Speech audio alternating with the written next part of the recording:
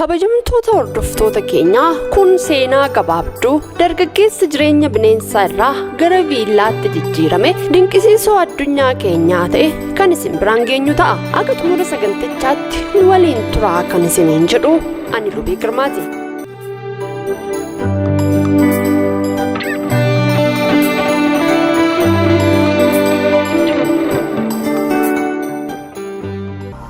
Dargaggeessi Naanzimaanaa Eelii yookaan namoota naannoo isaa biratti mucaa saree jedhamuun beekamu bara 1999 bulchiinsa kibba Ruwaandaa lafa tulluu kan jiraattota biratti ganda goorillaatiin beekamtu keessatti dhalate. Dargaggeessi kun haadha isaatiif ilmoo ja'affaa yoo ta'u, haati isaa ijoollee 5 jalqabaa du'aan erga dhabdee booda mucaa kamiyyuu akka argattu Waaqayyoon kadhachuu ishee dubbatte.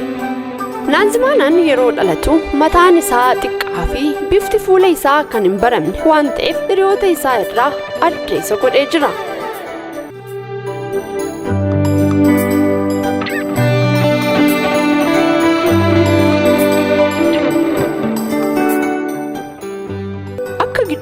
To'annoo dhukkuboota CDC jedhutti dhukkubni guddina sammuu hin baramne kun yeroo ulfaa uumamuu irraa kan maddu yoo ta'u, sababoonni dhukkuba maayikirooseefaalii kan beekamu miti, garuu jijjiirama jiiniiwwan daa'immanii irraa uumamuu kan danda'edha jedha. Dargaggeessi Naanzimaanaa Eelii jedhamu bosona keessa kan jiraatu yoo ta'u, bifa isaa irraa kan ka'e ganda isaa keessatti doorsifamaa fi namoonni kaan saree jedhanii isa waamu. Haati isaas ijoollee ishee jalqabaa 5 erga dhabdee booda kadhannaa isheetiif deebii waaqaa waan ta'eef akka isatti hin qaanofne dubbatti. Naanzimaanaan yeroo guddachaa deemu sirnaan dubbachuu waan hin dandeenyeef yeroo baay'ee bosona nuungwee keessa dhokatee nyaata bilcheeffame dhiisee muuzii fi fuduraalee adda addaa nyaachaa jireenya isaa bosona keessatti akka dabarsuu fi marga akka nyaatu haati isaa kan dubbattedha.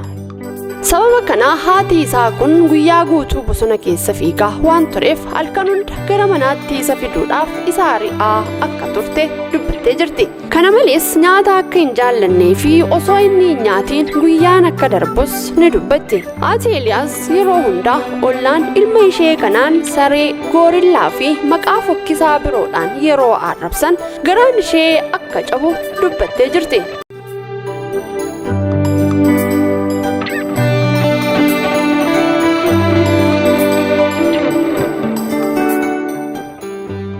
Akka isheen jettutti namni tokko yeroo isa doorsisu, isa arrabsu yookaan isa reebu yeroo dhaga'u hundatti dhuguma dhukkuba onnee natti fidaa jetti. Mucaan koo qulqulluudha, gonkumaa nama irratti miidhaa hin geessisu. Yeroo tokko namoonni bineensota jedhanii yeroo isa waamanii fi akka namaatti isa ilaaluu dhiisuun aarii koo kan dabaludha. Maqaballeessiin hawaasummaa kun jiraatus haati isaa gaaffii fi deebii miidiyaa televezyiinii irratti taasisaniin qaama hir'uu fi bifa fokkisaa qabaatus armeen Eeliin mucaan kiyyaa kennaa waaqaati, qajeelaadha, hamaa hin dalagu. Mucaan koo maaliif jibbama? Yeroo namoonni arrabsanii fi tuffatan onnee kiyya baay'ee caba jechuudhaan jaalala isaaf qabu dubbatti. Itti dabaluudhaanis Eelii mucaan koo isa jaaffaa yoo ta'u, erga obboloonni isaa du'anii booda addaan baanee jira. Mucaa biraa akka argannuuf Waaqayyoon kadhannee akka carraa ta'ee Eelii eebbifamne. Amma akka kennaa samii Waaqayyoo biraa argadhetti isa nan jaaladha, baay'een isa jaaladha jette.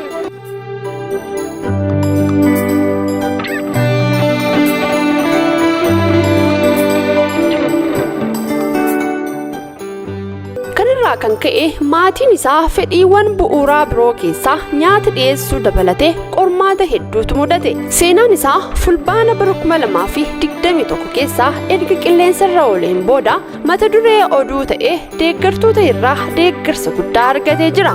Arjumtoonni mana haaraa ijaaranii meeshaalee manaa isaaniif mijatan hundaa guutanii ittis ilmaa fi haadha waliin jireenya isaanii itti jijjiiraniiru.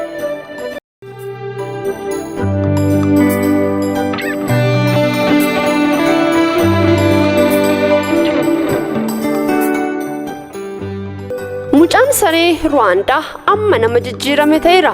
waggoota dheeraadhaaf bosona keessa dhokatee erga ture booda waggoota 21 booda garuu Naazmaan Eeliin TV biyyattii irratti erga dhiyaate seenaan isaa guutummaatti jijjiirame. Uummanni Ruwaandaas qarshii walitti qabanii fi holqa keessaa ba'ee biillaatti akka galu godhanii jiru.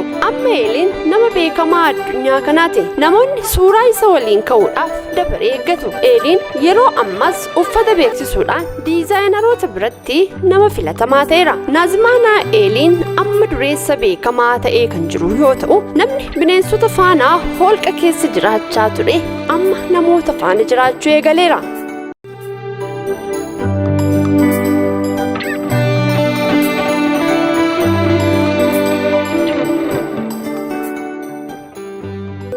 Namoota biratti daljeessaa fi goorillaa jedhamu malee Eeliin haadha isaatiif kennaa waaqaa akka ta'e namni tilmaama hin turre.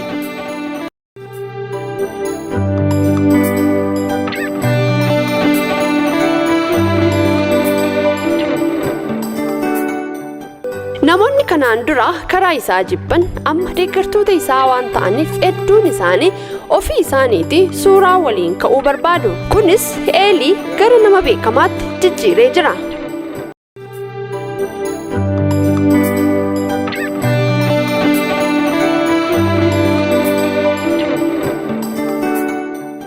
Egaan kabajamtoota hordoftoota keenya asirraa wanti hubannu tokko ilmi namaa eenyumtuu akkaa fi bakka filatee kanarraa dhalate miti. Kanaafuu jarjarree murtee boru itti nu qaanfachiisu murteessuu irraa akka of qusachuu qabnu nu barsiisa. Kana malees jireenyi ati har'a jiraattu boru jijjiiramuu akka danda'u hin dagatin. Bifaa fi qabeenyi nuti har'a ittiin boonnu kunis nu dogongorsiisuu hin qabaatin. Hunduu yeroo isaa eeggatee osoo nuti hin beekin nurkaa deemuu akka danda'u yaadataa jiraadhu jechuun dhaamsa ergaa torban kanaati. Fayyaa guutuu qabaadhaa. Nagaan tura.